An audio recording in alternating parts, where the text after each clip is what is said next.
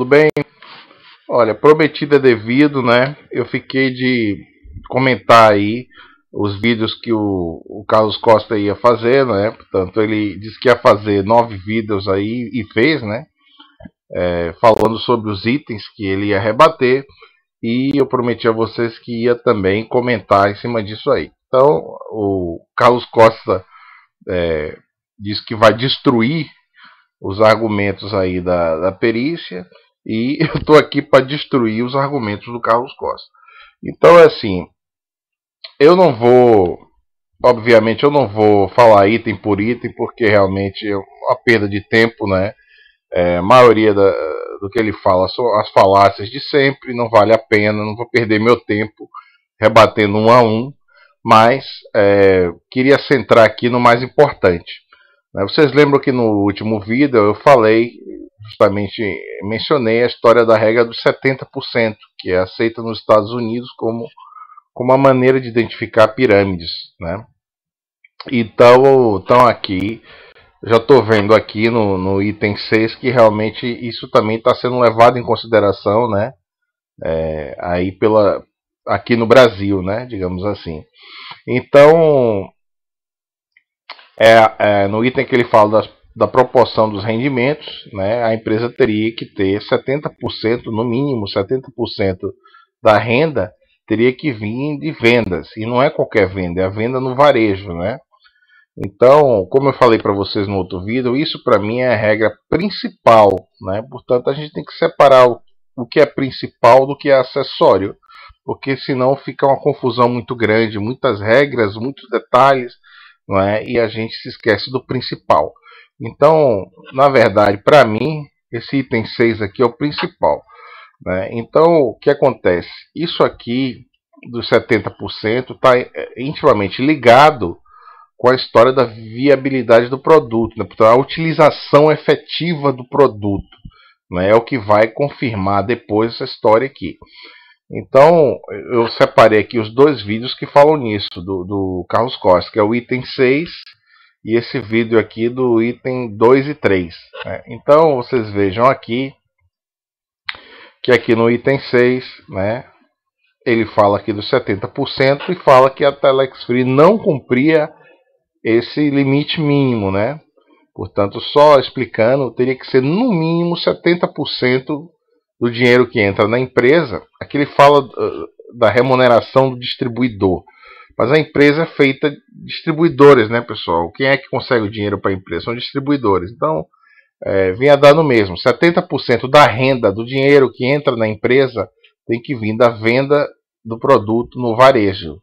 E, obviamente, isso vai estar ligado à utilização do produto, porque só se vende no varejo aquilo que tem utilidade para as pessoas, né? A pessoa não vai comprar uma coisa que não tem utilidade nenhuma, né? A empresa não ia ter longevidade, não ia ter sustentabilidade. Então repare o que a Ernst Young diz aqui, né? De acordo com o manual do CFE, pelo menos 70% da remuneração de um distribuidor deve ser oriunda de vendas diretas. Nesse sentido, observamos que a proporção relativa à remuneração direta e indireta oriunda da postagem de anúncios representa 67% de toda a remuneração gerada pela rede Telex Free. No que tange as comissões diretas, observamos que esse representaria 30% e as comissões indiretas 3%, ambas sobre a remuneração total da rede. Portanto, na conta aqui da Ernst Young, 67% é publicidade, né?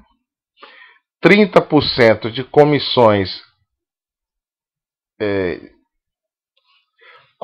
diretas e 3% comissões indiretas, né? Totalizando 100%. Então, tem uma coisa aqui que eu não concordo nem um pouco, né? Que estranhei bastante e que até agora estou procurando uma explicação e não vejo nenhuma. Realmente eu não consigo entender. Não consigo entender como é que a Ernst Young chegou a 67% de renda proveniente de publicidade. Isso aqui para mim é um absurdo, uma aberração completa. E só quero acreditar que a Ernst Young pegou os dados que estão lá no sistema da empresa, né, e colocou isso como realidade, como os dados reais, quer dizer, dados que são completamente fictícios. Porque assim, não são 67, nem 66, nem 65.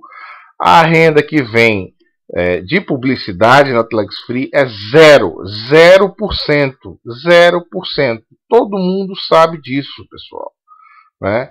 Que aqueles anúncios não valiam de nada, portanto não revertia em renda nem direta nem indireta.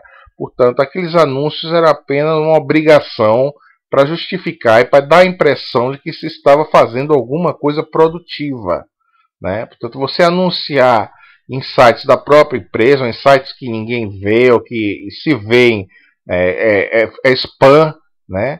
Não funciona, né? Então não tem sentido prático nenhum. Portanto, quanto a mim, esse valor aqui está totalmente errado, isso aqui é 0%, tá? Até porque se fosse assim, como ela está fazendo a conta aqui, 67 mais 30 mais 3 são 100%. Onde estaria o dinheiro das indicações? Né? Não se percebe isso aqui. Isso aqui é uma contradição em si mesma. Tá? Portanto, uma aberração, um absurdo isso aqui que a Ernst Young pôs. Tá? Então, mas mesmo seguindo esse absurdo aqui, vocês veem que ele não chega aos 70%. Né? Então, se a Telex Free fosse como eles descrevem aqui, seria uma empresa de publicidade, né? Porque venda de VoIP é 0, 67% de publicidade, de renda proveniente de publicidade. Tá? Mas vamos seguir aqui essa lógica aqui. Né? Portanto, ele diz aqui que seria insustentável, por pouco, né, pessoal? Porque seria 67% e o mínimo seria de 70%. Portanto, estaria 3% abaixo do mínimo. Tá? E agora vamos ver então a história da utilização do produto. Né? Tá aqui o ponto do vídeo em que a Ernst Young chegou à conclusão de que a utilização do VoIP era de 0,23%. Tá? Uma utilização irrisória, né? E dentro um bocadinho dos valores também que as autoridades nos Estados Unidos encontraram, que também foi menor que 1%. Com a diferença de que nos Estados Unidos eles realmente foram contar os minutos e tudo isso, juntaram os dados direitinho. Tá? Aqui o Carlos Costa tenta rebater esse cálculo, falando que deveria ser desconsiderado as contas que estavam inativas. Portanto, os divulgadores recebiam um pacote de 50 contas, penso que ativavam uma conta e as outras ficavam lá inativas, né, inicialmente, até aparecerem clientes, né? Isso tudo na teoria. Então o Carlos Costa diz que essas contas inativas não deveriam ser contadas porque estão empurrando o valor para baixo. Né? Digamos assim, de certa forma ele tem razão, né? Estariam puxando o valor para baixo. Mas é preciso pensar além disso, pessoal. Porque pensem assim, na verdade, esse valor supostamente não deveria puxar muito para baixo. Né? Portanto, não deveria influenciar tanto na fórmula. Porque reparem, se existem tantas contas assim inativas, é porque as pessoas não estão ativando as contas, certo? Deveria existir uma quantidade de contas inativas, isso é óbvio, né? Porque quando a empresa foi bloqueada, ou quando fizeram essa conta aqui, deve ter pego um período, né? E com certeza havia muitas contas inativas, mas deveria ser um mínimo de contas comparado com o que já teria sido comercializado no varejo e que as pessoas já deveriam estar usando, né? Portanto, em relação às contas ativas. Portanto, o que eu quero dizer é o seguinte: o peso dessa variável que o Carlos Costa fala que deveria ser descartada, o peso dela seria muito pequeno. Então, digamos assim, seria uma coisa que não iria influenciar muito no valor final, né? Então, eu acho que esse argumento dele não procede, tá? E eu sou mais de acreditar que a utilização do VoIP era irrisória mesmo e continuaria abaixo de 1%. Agora, se seria 0,2, 0,3, 0,5, aí eu acho que não faz muita diferença, tá? Então, o argumento dele eu acho que não cola E eu acho que fica demonstrado aqui que a utilização do VoIP era irrisória. E como eu falei para vocês, esse item da utilização do VoIP, ele vem confirmar, tá? Ele está intimamente ligado com aquela conta dos 70%, tá? Então, esse era meu comentário, espero que tenha sido claro, tá? E fica aqui, mais uma vez aqui, a minha indignação e a minha surpresa perante esse valor aqui dos 67% da Ernst Young. Considero isso um absurdo, uma aberração, né? E isso teria que ser explicado realmente. Tá? Porque a renda de publicidade é 0%. Tá? Fica aqui então o vídeo feito e estão sempre à vontade para fazer os comentários. Forte abraço.